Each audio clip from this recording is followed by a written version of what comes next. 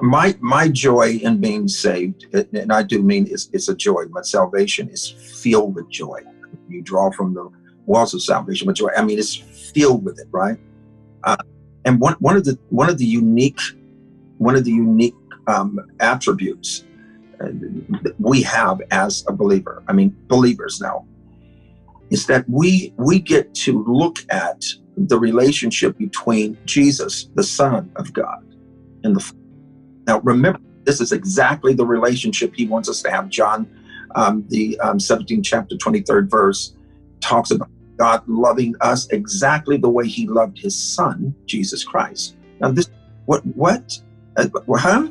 So, I mean, he hands to us, it wasn't a blinder, it wasn't like, okay, you guys on your own, go on and learn the love of God, go on, just guess, hot, cold. That's not the deal here.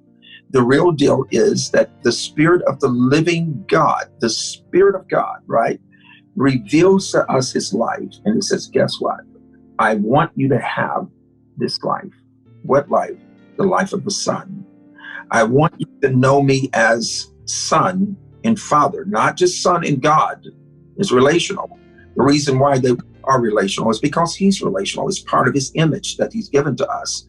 We're relational because he's relational. We talk, he talks. We touch, he touches.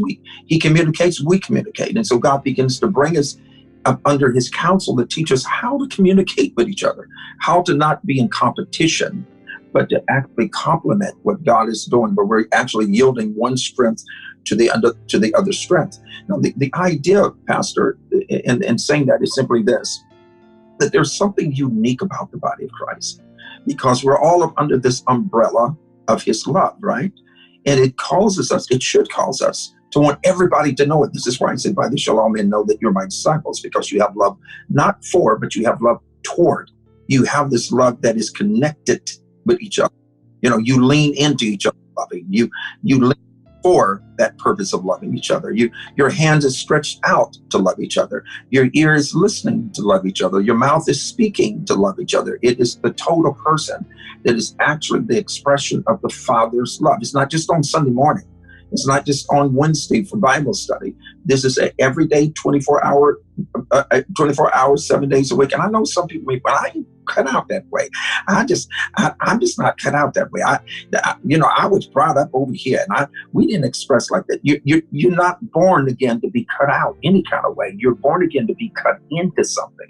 You've been grafted into this vine, and the vine has been made, according to Isaiah, been made naked to engraft us. So he engrafts us into this life. It's not that you've been cut out, you've been cut in.